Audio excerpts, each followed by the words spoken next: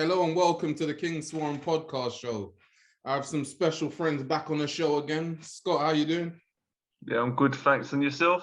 Yeah, not too bad. Nice to have you back. Virtuous Oh, vibes. happy to be back. Hey everyone.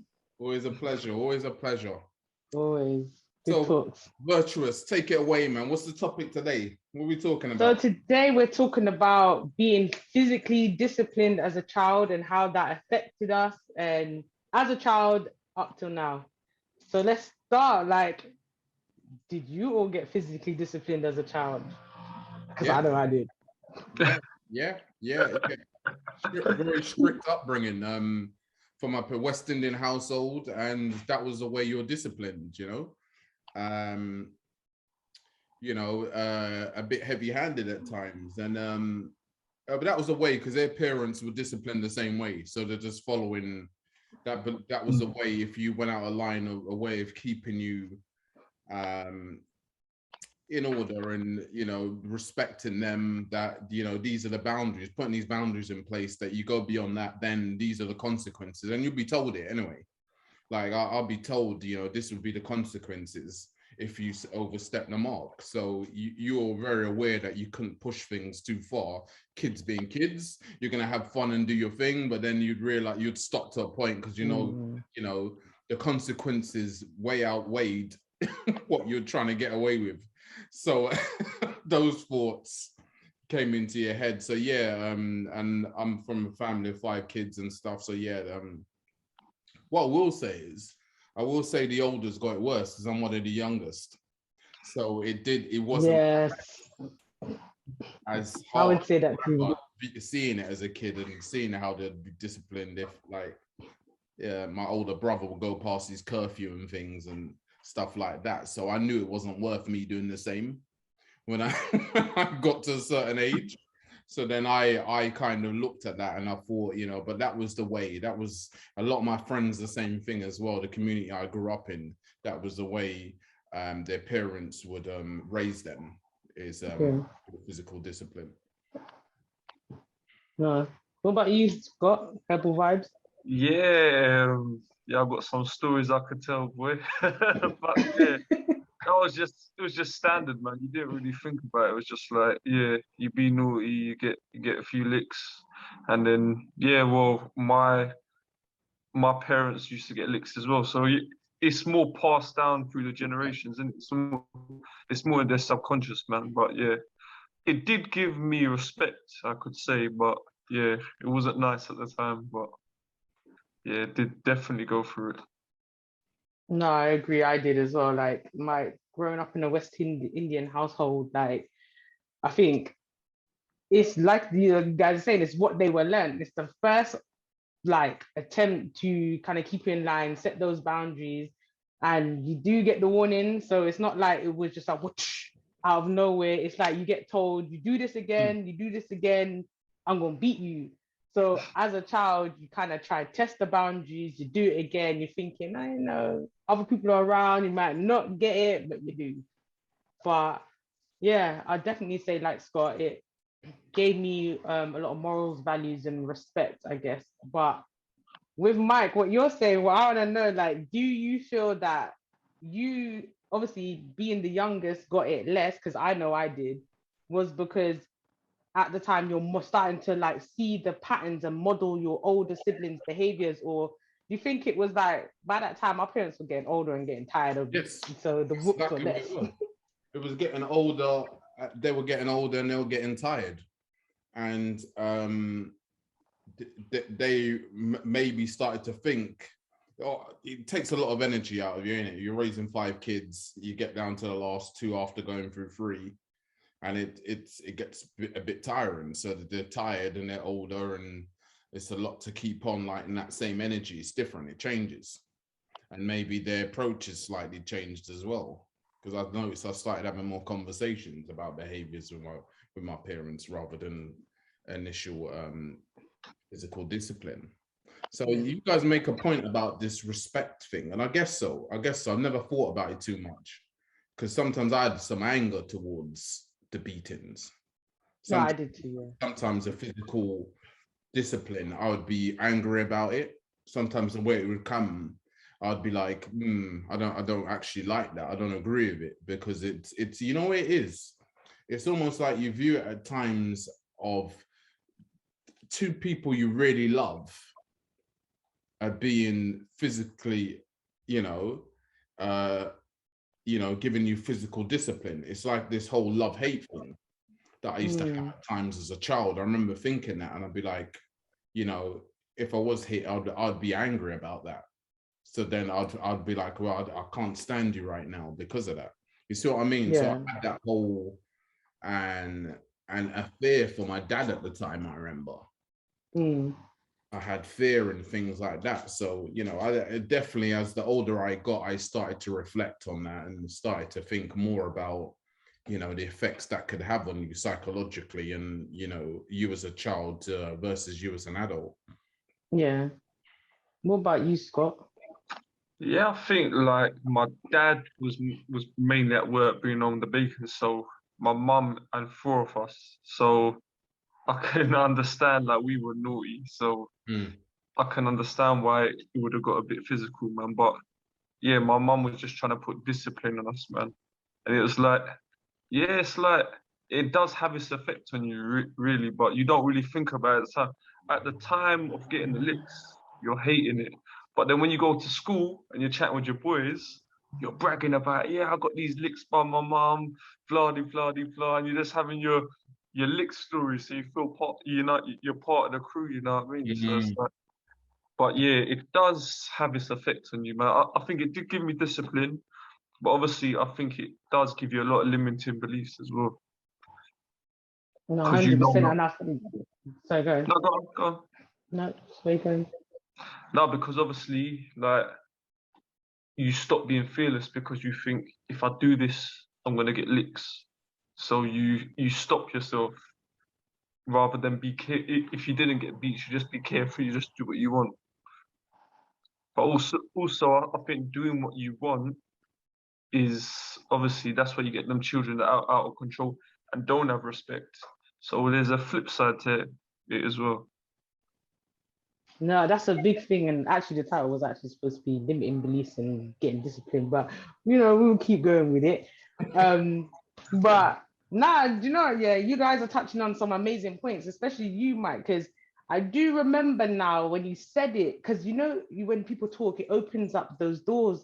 And I remember being like that, thinking like that with my mom, like, because obviously she was single mom raising 4 kids, and when she used to discipline me, I used to feel angry. Like sometimes I did want to kind of feel like I wanted to hit her back, to say that, don't do that. Like, why are you doing this to me? Or sometimes I had questions like, if I thought you loved me, if you love me, why would you hurt me? And then, you know, sometimes you would get the cuddle afterwards and the apology, but sometimes you wouldn't. So I think there was that confusion, but you always knew that she didn't do it to hurt you. It was because obviously a response to what you've done. It was always her reaction to, or frustration to what your obviously lack of good behavior, isn't it? Yeah, And saying like what Scott's saying, then it opens up your mind because you see other kids talk about they didn't get whooped, and you're kind of thinking like, how you don't get beats and I get beats, like, and you're confused about that. But then you look at society now, the difference between those that got disciplined and those that don't, and like you said, limiting beliefs.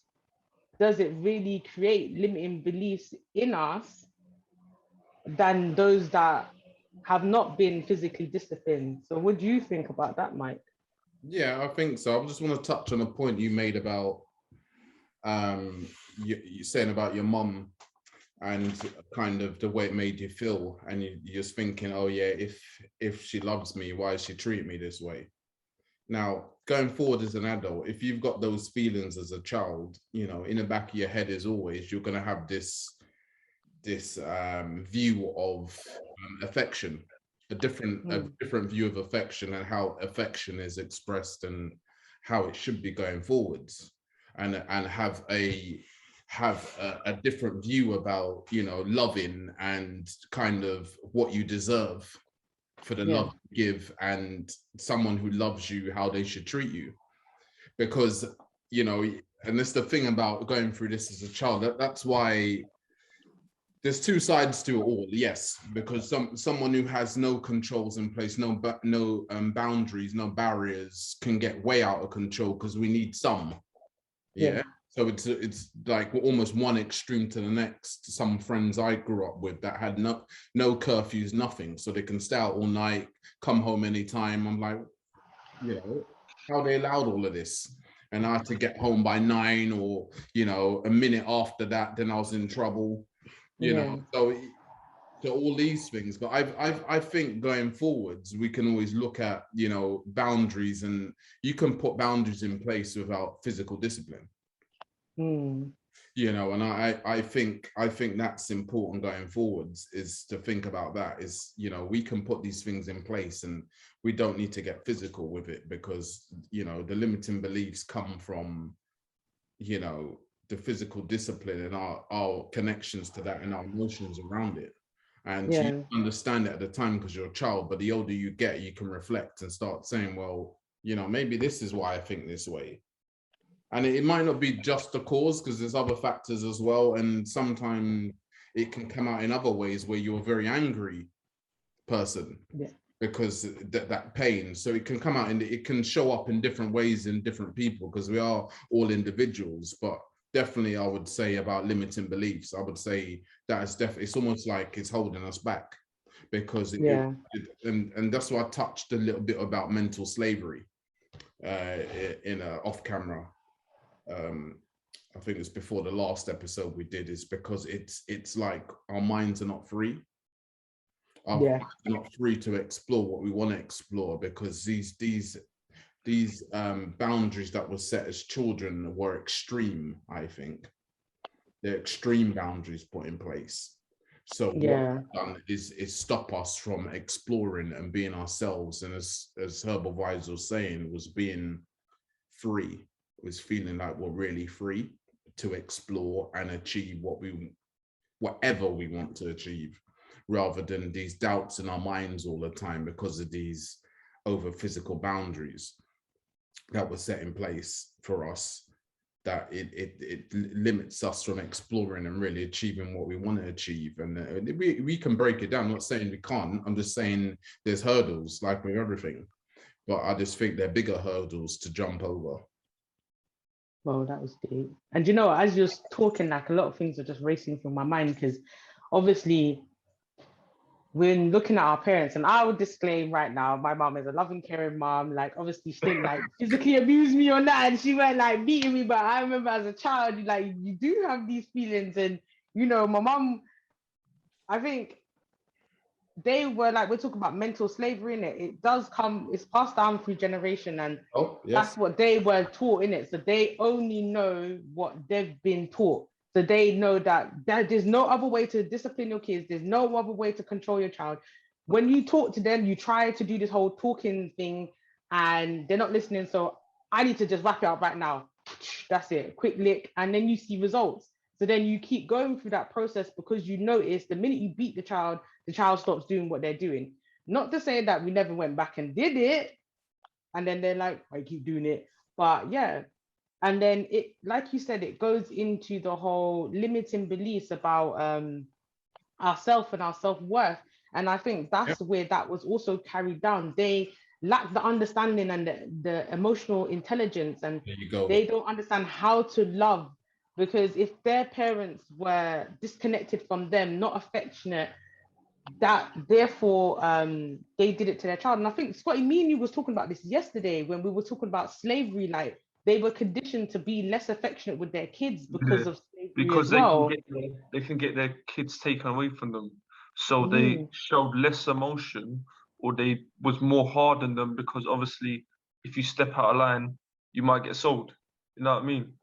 So it's just like, just keep them in line, or that's why there's the lack of emotion.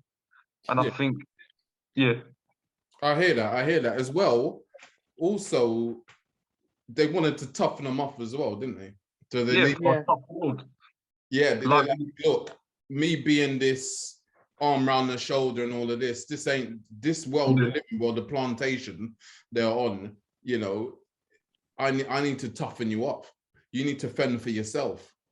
You know, you don't know what can happen from day to day on this plantation. If you know, so I need to make sure you're hardened, you're ready. So you're right. It's been passed down, and this is the way, and not as. And the emotional intelligence was a key thing you said in there. It didn't have that, and wasn't even aware of that and that type of thing. And yes, now we're in an age where mental health and, you know, self-love, self-care, self-worth is a massive thing, and we're so more aware of that and more self-aware as people now that, you know, we can look at these things and recognize them and say, you know what is that really teaching our kids and the next generation, nieces, nephews, or whatever, if we are this way, what is the learning from them? So we're going to talk around that and have more, get them having more understanding about themselves as people, because if you understand yourself, then you can achieve anything, because that's what it's about, isn't it? It's doing the inner work. Do the inner work. 100%. Inner work is really important. But don't you think it was also, like we were saying, about not letting your kids step out of line, because the slave masters as well, as generations have gone down, it's become a protection mechanism. Like, we're not beat. That's why they say, I'm beating you out of love, because I want to protect you. I want to keep you in line so that when you go out there, you're prepared for hardships. You're prepared for, you know, if anyone was to kind of like endanger you, you know how to stay in this boundaries, in line, so that you don't stray off the path that you're supposed to be on, and things won't go wrong. No, like I think they were trying to toughen us up for a tougher world. Like we said in the last podcast, we got to work twice as hard. And like our families, they went through the racism, they went through all that. So we got to be twice as good. So we got to not step out of line.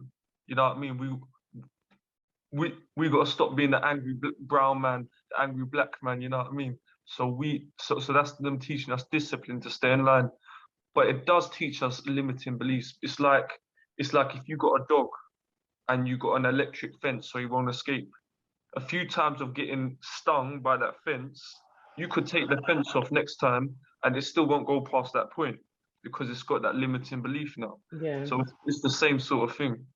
And I think because they don't understand things like limiting beliefs and how, and they don't even know, because it's something that goes so undetected in yourself that they don't understand it's a thing. So they don't understand what they're putting onto their kids, because they don't understand that's what their parents put on them. All their thoughts and feelings that they have about the world around them as well as themselves, they don't understand it's something that was conditioned and passed down. Because when you look at limiting beliefs, the first limiting beliefs you actually get as a child is from your parents. Then it's your outer family, the bigger family. Then you go to school, you get it from your friends, and then you get it from your culture.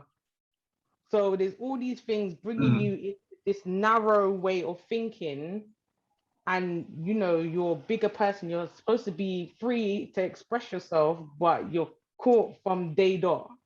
Yeah. Listen, I agree with everything you guys said, and I just want to touch on that. Our parents did the best they could for us. Yeah, of course. Yeah, they did the best they could for us, and the older I got, the more I realized that. And as I said, there was a lot of anger, especially towards my father at times, and you know, just about that approach to raising us and stuff. But the more you think about it, that was all they knew. That's what you know. They as you said, they were trying to toughen us up for the real world, and you know, making us realize that, you know, it wasn't going to come easy. And you know, as you said about staying in our lane and making sure, you know, we are being functioning to the best of our abilities in this situation, you know, that we're in being in a country that, you know, systemic racism is still alive, still there, and you know, we're gonna have to work twice as hard, you know. So they were getting us ready for that. It was almost like, you know, before I let you out into the real world, I need to teach you this and realize that, you know, you need to stay in line and things like that. So they did the best they could. Now the thing is, we need to do the best thing for us. And the best thing, how do we do that as adults? That's the thing with these limiting beliefs that we've already gotten from as a child. How do we separate that? How do we now move forward? Like you said, with the anger, do you find that you know, you was able to have these conversations about the beatings and what you went through, as well as the anger now as an adult with your parents, and how has that helped you now? I haven't touched on that with them. You know, my father passed anyway 7 years ago. Oh, sorry to hear that. I'm sorry to hear that, man. It's thank you. So no, but I wouldn't have went there with them. You know, the thing is, at the end of the day, and you're right, how do we get past these limiting beliefs? We have the power, isn't it? It's in us. Now, you know, if you want to get over, it's like anything. If you want to get over something, you got to put in the work. You got to put in the work, and you got to unlearn, and you know, conditioning and ways of thinking, thoughts that you had as a child, and through your experience, and you know, you could have went through other traumas through your life, and what you've come out the other side, and we're still here, we're still breathing. So you know, what's important to us? Do you want to stay stuck in this place and feel like you're not achieving anything, or do you want to achieve? You know, do you want to move on? And through that experience and through your beliefs, you know, you need to work on that, and it takes work. It's not easy. It's not easy, but you keep on hammering away to it, and realizing your self-worth and self-care, and take care of your mental health and work on things like that. But don't ever stop that focus. You're gonna get knockbacks. That's natural, but it's to keep on going. And you know, one thing from that hard line of physical discipline, it's toughened us up in a way. It's given us character. It's given us resilience. And when you dig deep, you see there's something there, and it does matter. There is some positives from that. You know, I know we focus, so you shouldn't really be doing it. In all honesty, I would not condone that way to raise any child, but you know, people do what they want to do, and you know, it's what works for you. But I wouldn't condone it. I don't think it's the right way, and that's my opinion. You know, and obviously now in this day and age of child services and things like that, you can't be doing things to any type of, because you know, you may lose your kids. But I'm just saying that, you know, it's not for me, and I don't think that's the way forward. So, but if you can work on it, like you overcome any challenges in life, it's putting in the work. It's you know, it's not giving up. You know, the only reason you don't achieve your goals or your dreams is by giving up on them. You know, you can blame other people as much as you want, but it's down to you and how much you really want it. Where there's a will, there's a way. And that's all I'll ever focus on. You know, one of the biggest things my mom used to always say to me: where there's a will, there's a way. So I know the more work I put in and the more effort to achieve what I want to achieve, I'll get there. And it may take a little longer than some people, but who cares? This journey is your journey and no one else's. So just focus on you and keep on working at it. It's not going to come easy, like anything that's been ingrained and been conditioned from your childhood. It's not going to come easy. You're gonna have to be prepared to have ups and downs and go through some tough times, but you'll get there as long as you keep believing in yourself and never doubt yourself in that regards. You know, you're going to have some crappy times, but keep on going. That's all I would say about it, because that's how I've overcome certain things and certain beliefs and things that were said to me and experiences I've had. You know, it's like negative feedback. You can either use it, that I had for my podcast, which has been good. That's the biggest learning I had. I've had more learning from the negativity than the positivity. Yeah.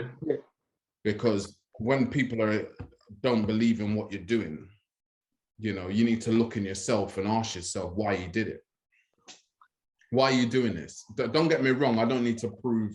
My biggest thing away from that was, I don't need to prove myself to these people that what I'm doing is right, because I'm doing it for me to help others. And you know, I'm not a messiah. I can't help the whole world. But even if it's just a group of people in my community or even outside my community that these videos can help, that's what I'm doing it for. I'm trying to do some good and, you know, and help others. So not everyone's going to like it. And that's the way it is at the end of the day. Not everyone's going to buy into what you're trying to achieve or what you're trying to do. As long as you buy into it and you realize it's coming from a place of love and it's authentic and it's real, and you're not trying to be someone else, you're being you. And you know, as I always say about our superpower is ourselves. So just keep on being you and keep on going for your goals.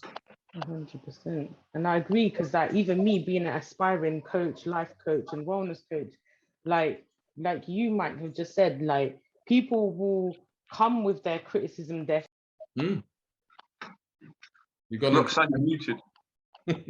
handle that feedback into what we need it to be, whether it's we take good from it, we take bad from it, and what meaning and significance does it have to us. And like you said, connecting with your why are you doing what you're doing is very important. If you don't connect to your why and you're there just doing it to prove to people, you ain't really gonna go far, because you know, once you prove that point, then what's the next step? When you're doing it to help people and help yourself, you will go forward, you will keep growing and growing and growing.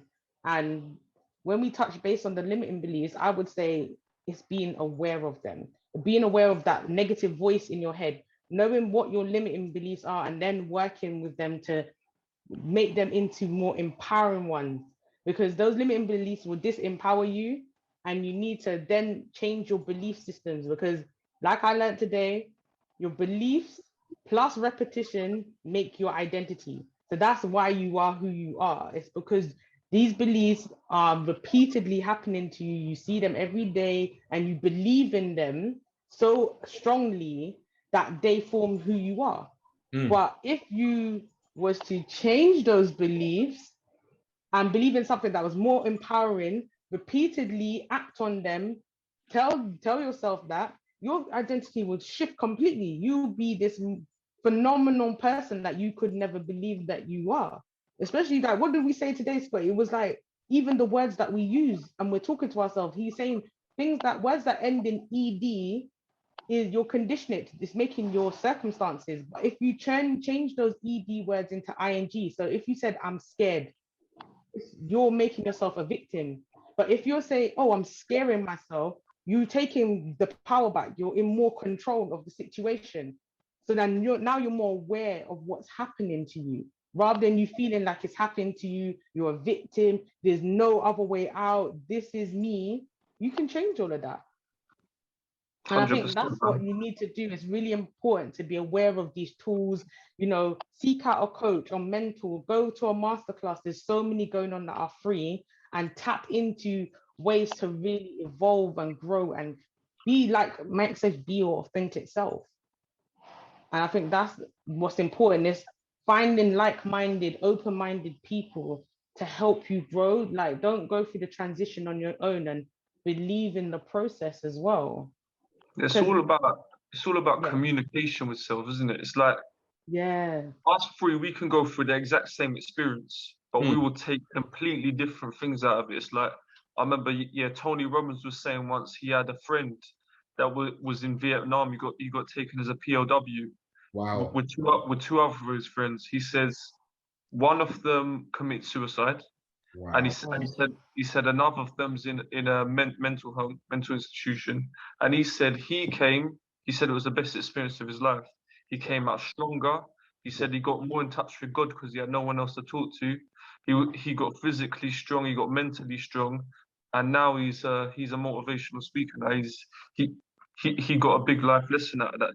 Wow. So it's like the same experiences, but they've taken completely different aspects out of it. So it's like, I think it's about, like, it's the inner work. It's like, this day and age, we got all the information in this thing that we call a phone. So it's definitely out there, man. We just need to cut off the mental strings, man, and just like work on ourselves. Yeah, 100%. And I think this wanting to. I think when you know there's a problem, it's like seeking that help, or finding the strength within yourself to speak about it and be open. Like, I ain't gonna lie, like me and my siblings, we do have a joke about the beats. I have had that conversation with my mom, and you know, she's openly said, like, she's apologized. She was like, she didn't understand or was aware of my thoughts and feelings. That's but great. On top of that, it was she had the best intention for me. And I guess being a single mom, you know, my dad died when I was 2. She's now having to do life all on her own and raise 4 kids on her own. working 2 jobs, you're tired, you're frustrated, your kids are acting out. Like It's a lot. sometimes you do blow out, you know, you don't want to take your anger and frustration out on your kids and you don't mean to. And I think that does come with it. But I think it's being aware of what you're doing. And then it wasn't all the time. Sometimes it was the talking, but then sometimes you wish there was more talking than beating. And I think one thing I would say, and I've just had an epiphany, do you guys think that's how liars are created? Because when I remember when my mum was one incident, like I knew I unraveled like all the toilet paper off the toilet roll and chucked it in the bin for no reason. And my mum saw and she was hella mad. And the first thing I did was blame my brother and lie and say it weren't me. And my brother got beat. Well, he got spanking. And I sat there and I felt guilty, but I was like, better you than me. Because I didn't want to get beat. So do you think that's how the lying culture starts as well? Not just watching other people lie, but because you're lying to get yourself out of trouble. What do you think? Yeah, possibly. I think you got something there, and that's something there, isn't it? Because you're trying to protect it. The lion's trying to protect yourself, isn't it? Of facing the truth, and you know, that fear of, you know, the consequences for what you've done. So if I can get my way out of it through lying and not telling the truth, then I'll do that. So possibly there's something there. Yeah, possibly. Did you ever do it? What's that? Did you ever do it? Because I did that a lot, because there's only a year and 8 months between me and my younger brother. Yeah. So we were very close. We were like twins, they used to call us. So yeah, I used to lie a lot. I thought more about why you acted out like that. You know, attention, unraveling the toilet paper to get your mom's attention. What was that? Attention? Because I think I was bored. I remember I was using the toilet, and you know, these kids, they got iPads and whatever. I was sitting there, and it seemed fun at the time. But you knew maybe I was trying to see how fast I could do it. And then, you know, when you can't reel it back perfectly, and you think, oh Lord, and you just think, oh, let me just dash in the bin, she'll never notice. And as kids, we don't really have this broad of understanding or thought process. We think, oh yeah, she'll never see it in the bin. We just get some new toilet paper, put it there, and yeah. Yeah, I did it a lot. I tried to blame my mum used to always believe what my younger brother was saying. He would just own up and say it wasn't me, and she'd be like, yeah, because I would always try and get away with stuff. So she knew it was true to form that was probably me that was lying. So she'd be like, yeah, he wouldn't do that. It was definitely you. So then, yeah, so it never worked anyway. So that's why I stopped doing it, because it won't get me anywhere. I wasn't getting away. If anything, lying got you more beats, didn't it? That's the thing. I'm just like, you know what? This ain't happening. So you learn fast when you know what I mean, when you're getting physically disciplined, you learn fast. It's true. What about you, Scott?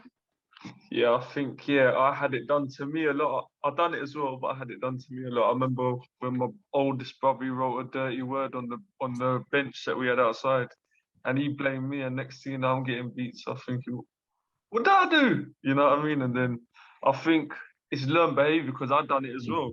I remember one time I must have put a banana peel through my letterbox, and then I blamed it on my cousin. So yeah, it's definitely the blame game to get out of trouble, isn't it?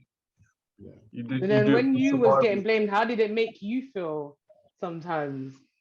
Especially when you got beat for not being wrong. Well, you don't feel nice, and you feel a bit angry, because you're like, I haven't done nothing wrong, and I've gotten the beats. At least if you've done something wrong, you know it's justified because I stepped out of line. But when you haven't done nothing wrong and you're getting the beats, you're like, this ain't fair. You know what I mean? Yeah, definitely had that. But both ways, really. But I wonder what limiting beliefs that creates for us as well. Because that must create some limiting beliefs, especially getting spanked for not doing something that wasn't our fault. Then you got the lying. So then that must be creating something. inside of us, they inner say turmoil. they say it's around being an introvert. Oh, it creates an introvert. Yeah, they say there's some there. It's not, there's some cases where, physical discipline and stuff can make you be introverted.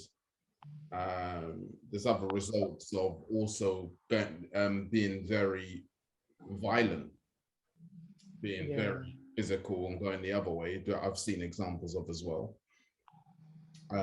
Someone who likes to fight a lot, because that anger that I said, that anger's still there, and it's what you do with it. Some people lash out and have gone the other way. So, and as I said, I touched on it earlier, and they can be this thing about how to love and self-worth, and what you deserve in regards to relationships and stuff. So it does have an impact psychologically, being brought up in this way. So there's some work you have to do. It's not plain sailing, and some people think they're fine, but then some people aren't connected to, don't have that emotional intelligence to look at that and say, you know what, actually maybe. So we're here talking about it because we thought about it, it's crossed our minds, and it's why we're having this conversation to, what was the impact of that? How different would I have been if I was, I didn't, I wasn't brought up in that way? How different could my life have been? But don't get me. And how different would your life have been? Have you ever explored that? Yeah, but it's hard to say, isn't it? It's hard to say. Now, do I mean none at all? Am I saying that, maybe if these things were discussed with me and stuff like that, maybe but I think I'd be more successful. What about that? Wow. How so? Elaborate. This is interesting. I think listen, there's so many types of ways of people can raise children. If I didn't have as much that was the older, but then you witnessing it, so that's still traumatic. So people could say, yeah, it was just because I got this amount, or I didn't get as much as my older siblings, but seeing it is still has an impact on you, because it's not normal. Remember, it's people that you love, experiencing these things. It's not quite right, does it? Is it without that your mind as a child, if it's still developing, being exposed to that isn't healthy. So I think having a freer mind, I think I'd have explored more and took more risks, and they might not all have paid off, but I think I'd be further along in where I wanted to be. It might be down a different path, but I think total freedom, like some of my friends at school had, I think that's extreme. I think you can easily go off the rails and get involved in the wrong thing. So I think a form of upbringing that wasn't physical discipline, and more talking and kind of nurturing that way of, why am I angry? Why have I done certain things? Having the conversations. I think that would have put me further along the line on this being this connection with my emotional intelligence. I think I've been further along the line. And when you are, that's very powerful. You feel like you can do anything. And I would these beliefs of, oh, I can't do that, or maybe I shouldn't go for this, they won't be there. Those type of boundaries won't be there. So I think I'd be more successful. Now, in what way, I don't know. I don't know what path I'd have taken, but I definitely think I would have been more successful, because I was an emotional child. So seeing all these traumatic things happening had a massive effect. And that didn't come out way down the line until my dad passed and stuff. Until that, I was dealing with grief and things like this, and then certain things were showing up, and then therapists that I've seen, I was looking back at childhood and kind of things that had happened, and that's my response of suppressing my emotions. So I'd have been more free and open to seeing a therapist quicker, especially after my dad passed, and doing the inner work a lot sooner. So I've been further along the line. That's what I said about more successful. Now, how people view success is very different. Yes. What does that mean? That probably means this would have happened about 5 years ago. This you know, my YouTube channel, probably. I would have started what I want to eventually do is start making films. So that'd probably be in the works already. So I just think I just think I'd have been further along the line is what I'm trying to say. And that's what I mean by success. I think I'd be closer to these bigger goals than I am now. But then I'm happy with who I am. So you know, the person I am is because of what I've experienced and what I've been through and that upbringing that I had. So you know, there's learning to be had from good and bad experiences in your life. The main thing is that you're at a point where you accept yourself and you do the inner work and you realize that, you know, you can always be a better version of yourself every day. So I focus on that more. So yes, I look back and I say, yeah, that one ideal, but you know, our parents did the best for us. So all I'm doing is focusing on, you know, what do I need to work on myself to be the best version of myself? No, 100%. What about you, Herbal Vibes? Yeah, I think there's no manual how to raise a kid. I think we've got a lot more information now than we did back then. I mean, like, if you go back like 100 years ago, they used to put their children outside in the cold to get them used to it, you know what I mean? So it's constantly evolving. Like, we're not treating kids now how we used to treat them back in the days. So I think it's just, we've got a lot more information now. But yes, like, it does create limiting beliefs. It's like your first 7 years, they call that you're in theta mode. So you're basically your subconscious mind. You're like a record. So everything you do, everything you see. So you're basically raised by you're raised by your community. You're raised by your family, and that's where you get your beliefs from. It's like the Jesuits used to say, "Give me a child for 7 years, and I will make him part of the church for the rest of his life." So it's like those first 7 years, they do have a big effect on you, man, because you're just recording everything, just going straight in your subconscious, man, and that's what happens down the line. That's why our parents like the way they were, because they saw their kids that they was beaten as kids by their parents, by etc. etc. But that's now that we got this information, we got to break the cycle. 100%. And I think that's the thing that's important. I think it's breaking that cycle. And sometimes, I'm not gonna lie, I do kind of wonder back then, like, what our parents were thinking, because when you know how you felt in that circumstance, how it made you feel, then how do you forget that and then become your parents? And you know what? I'll be completely honest, because I'm not gonna be here and be fake. Like, it happens because even me, there's times I have like spanked my son, and you feel crappy after it because you talk, and then you kind of understand your parents' frustration. You're like, bro, did they have to talk to me so many times to get to this? But then when you see, I think the difference between me and well, I can't speak for my mom because I never saw life through her eyes. But as soon as I see him like that, it breaks my heart. And you feel like guilt and shame, and you're thinking, what have I done? I've created this beautiful person, and now he's a hot mess. And then I have to sit down. So I have to sit him down. I'm like, Mummy's very sorry. Mummy shouldn't hit you, but this is why. And then he'll be like, Mummy, I'm sorry that I did this. And I'm like, you know what? I don't remember really apologizing to my mum or anything that I did. So I was like, maybe this new talking is really a good approach. But then I remember I read something the other day on limiting beliefs, that even yelling at your kids create limiting beliefs.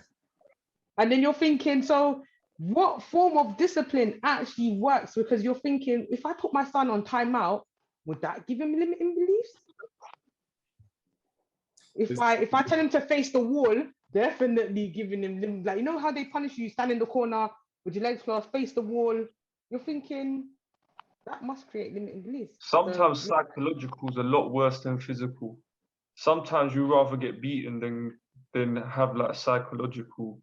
It's like you used to say, you would rather get a beating than your parents saying that they're disappointed with you, because I know when my parents The used to say, I'm shame and disappointed, guilt. it cuts you up a lot.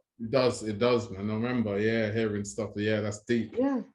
That So cut. then it's like, what like, so what approach do you guys honestly think? Because if while we're talking, it's like we're exploring this and we're like, you're actually at a point, you're like, well, what is the right way? Because anything and everything we would attempt to do will have some effect. So how do we do this? Yeah, I think you're looking too deep into it, though.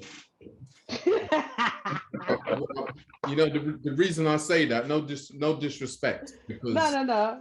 I've never try and tell you how to raise your children, both of you, because they're your No. children.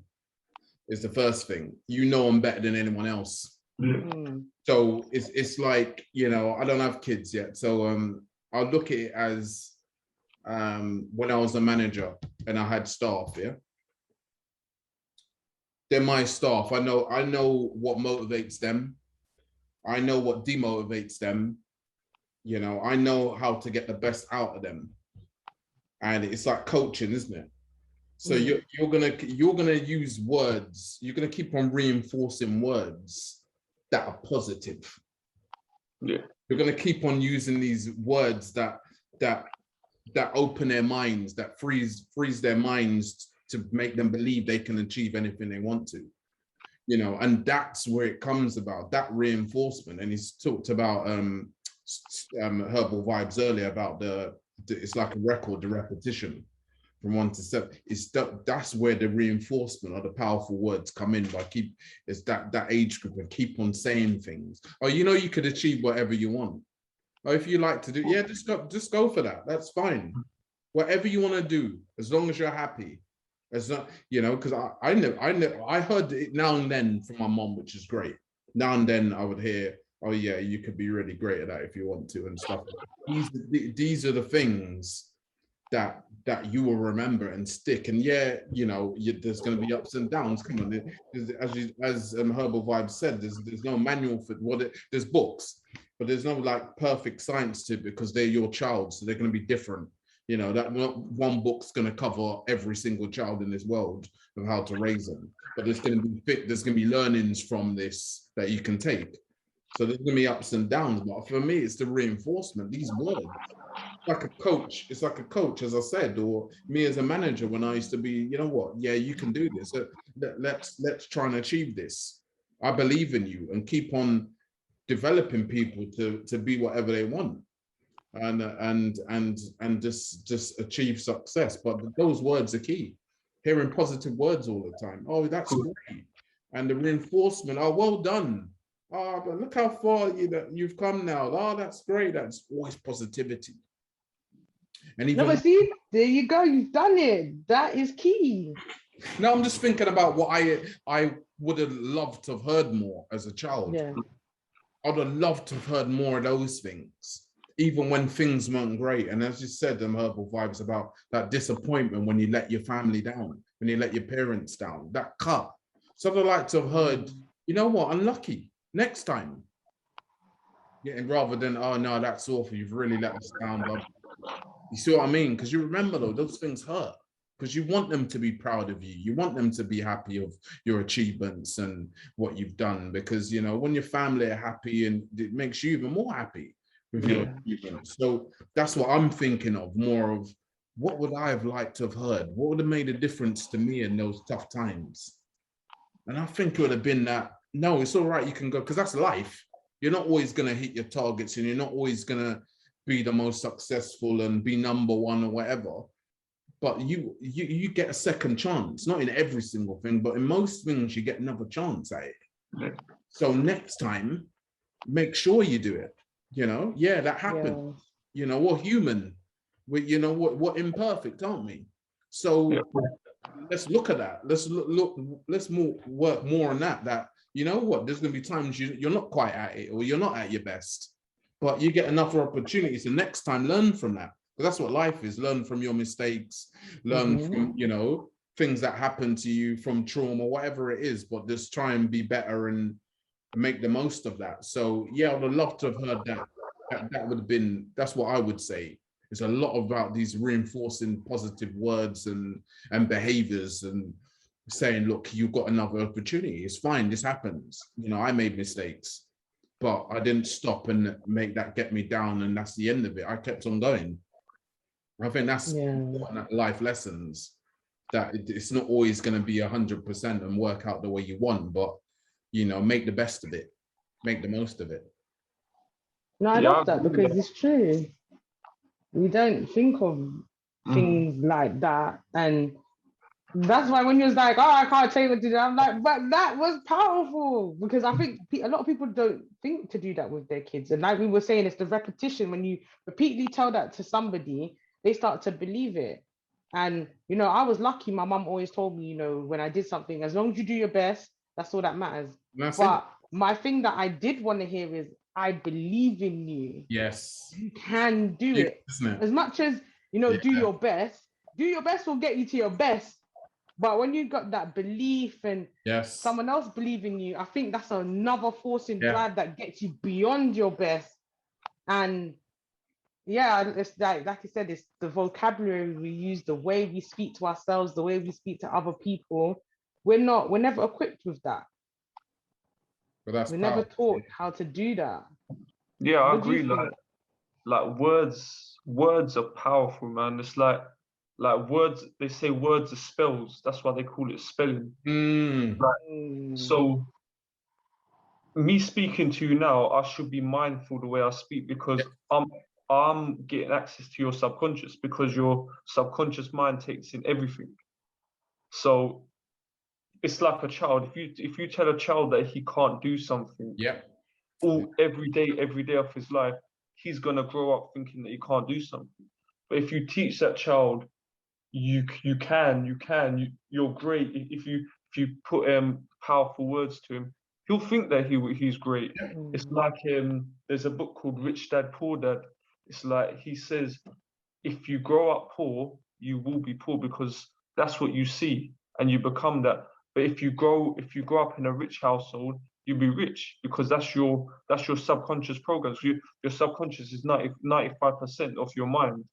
So those programs you will take and you will become successful. That's like, look at Donald Trump. He's come from a rich family. People might say he's an imbecile, but he's filthy rich because he's from a rich family. 100%.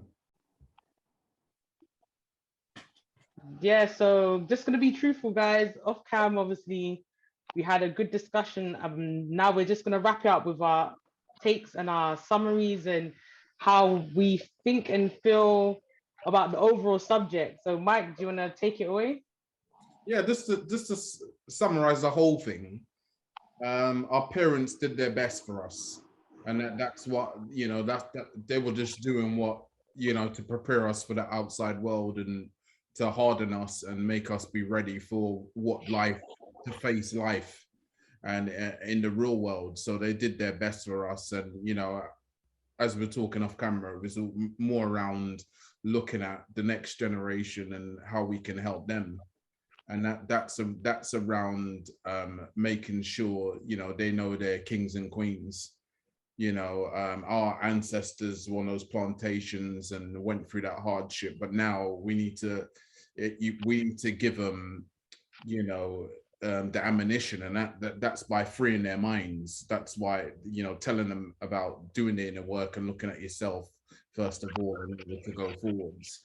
You know, self-worth, self-acceptance, self-love, and they can be beautiful human beings and make a real impact in the real world. Love that. What about you, Scott? Yeah, 100%. Like, there's a song called The Greatest Love of All, and they say, I believe the children are the future. Teach them well and let them lead the way. It starts when they're children, man. That's where you got to build them up to what they will be, because they are the future.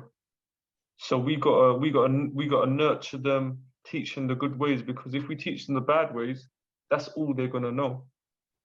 100%. It's like all these so-called dictatorships, they knew how important the children were. That's why Hitler used the Hitler Youth. He got them from young. So you got children that were snitching on their parents. You know what I mean? So they know exactly how powerful your children are, because they are the future. No, I agree with you guys.